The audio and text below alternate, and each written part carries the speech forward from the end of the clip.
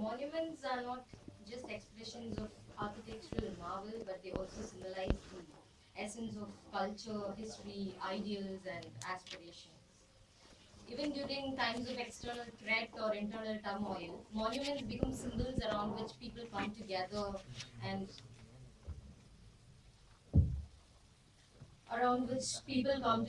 for a common cause or with common aspirations.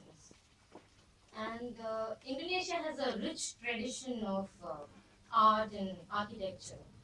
And so we find a wide variety of monuments, ancient, religious, colonial, historical, political. But through all these monuments, one common strain that we find is that these monuments are venerated by the people, loved by the people as symbols of their culture, as symbols of their uniqueness, and as symbols of their rich tradition, not something that is found, what you can say, is as a symbol of their plural and multicultural society. Though it is an Islamic nation, you find that, as Dr. Son said, that that lots of other religions and their religious monuments are given so much of importance in their lives. And the next slide is about heritage tourism. As I mentioned earlier, that even though Indonesia is an Islamic country, there is a lot of trust for heritage tourism in terms of Islamic heritage tourism, Hindu heritage tourism, and Buddhist heritage tourism. So this reinforces this idea of Indonesia as a peaceful, multicultural, plural society where different communities and ethnicities coexist peacefully together. So in the West, the idea of Indonesia as a tolerant, as a multicultural society is further reinforced through the use of these monuments in their tourism campaigns, and also using these monuments as some sort of a national emblem.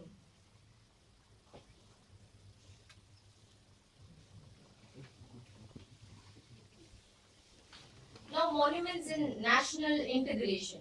Especially in the last millennium, we've seen so many instances of religious intoleration, ethnic strifes, and a lot of other problems that stem from basic intolerance. Now, these monuments are a constant reminder of the rich tradition of the history that has had a long history of peaceful coexistence, that Buddhism, Islam, and Hinduism coexisted peacefully.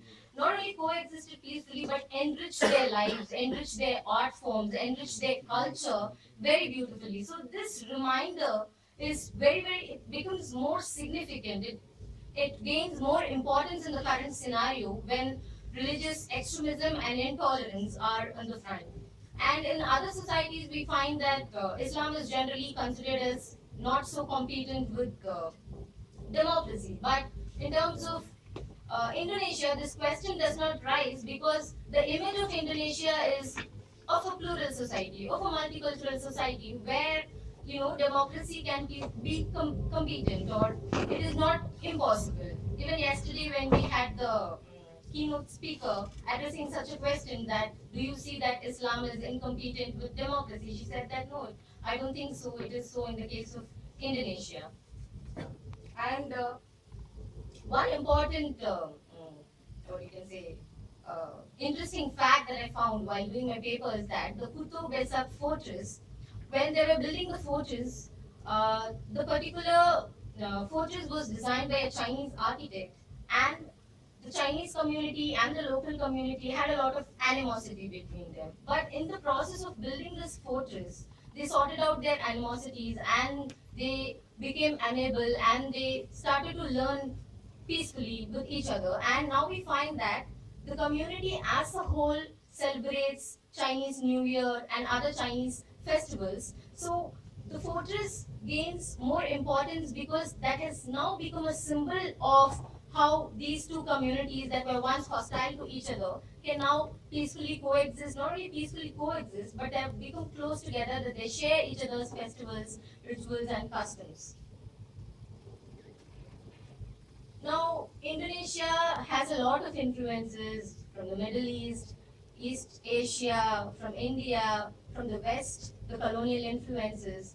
But in spite of all that, Indonesia has a unique flavor not only to the religions that are there, but also unique flavor in terms of the art forms, the architecture, and so the monuments that capture these unique art forms, let's say in terms of architectural styles or in terms of the art forms that are depicted on it, they become a symbol for stating how Indonesian culture is unique. That though they have borrowed a lot of things, but they've made something so unique, they've made something so beautiful that they have the traditional Indonesian stamp on it. Like, for example, the Borobudur temple complex, you see a lot of influences from the Gupta architecture. But then the important or the interesting fact about it is that it is a huge complex made up of Lego blocks without any cement or without any mortar.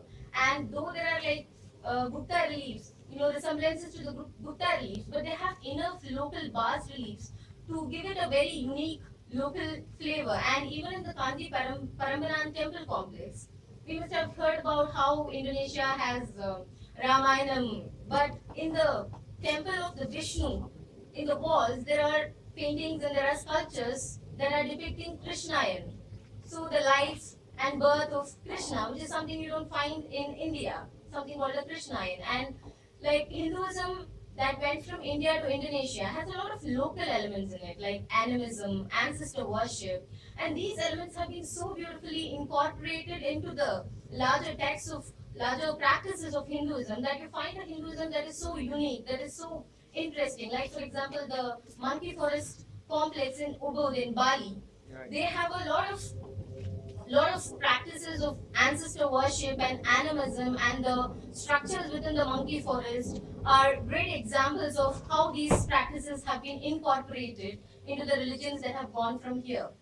Gayathiri, just sum up in 1 minute. And the last one is that, as I said earlier, these monuments are symbols of pride, the common aspirations of people, their ideals, their history, their struggles. It's not only about triumphs and victories, but it's also about the struggles that they've faced.